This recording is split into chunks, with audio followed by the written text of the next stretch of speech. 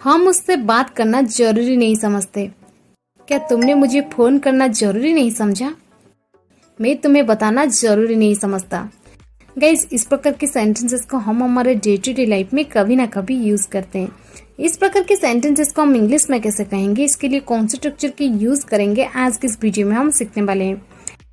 इस प्रकार के सेंटेंसेस को इंग्लिश में कहने के लिए आपको ये स्ट्रक्चर फॉलो करनी है। स्ट्रक्चर में पहले आपको यूज कर देनी है सब्जेक्ट, इसके बाद डू, डॉज या फिर डिड। इसके बाद आपको यूज कर देनी है नॉट, नॉट के बाद कंसिडर इट नेसेसरी।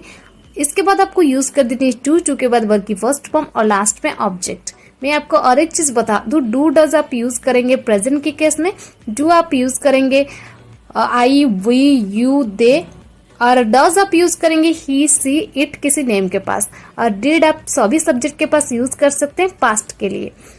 चलिए कुछ एग्जांपल्स लेते हैं ताकि आपको ये स्ट्रक्चर और भी अच्छे से क्लियर हो जाए। हम उससे बात करना जरूरी नहीं समझते। We do not consider it necessary to talk to him. We do not consider it necessary to talk to him. क्या तुमने मुझे फोन करना जरूरी नहीं समझा? Did you not consider it necessary to call me? Did you not consider it necessary to call me? उसने उनके सवालों का जवाब देना जरूरी नहीं समझा। He did not consider it necessary to answer their questions. He did not consider it necessary to answer their questions. मैं तुम्हें बताना जरूरी नहीं समझता। I do not consider it necessary to tell you. I do not consider it necessary to tell you. मैं उससे मिलना जरूरी नहीं समझता। I do not consider it necessary to meet him. I do not consider it necessary to meet him.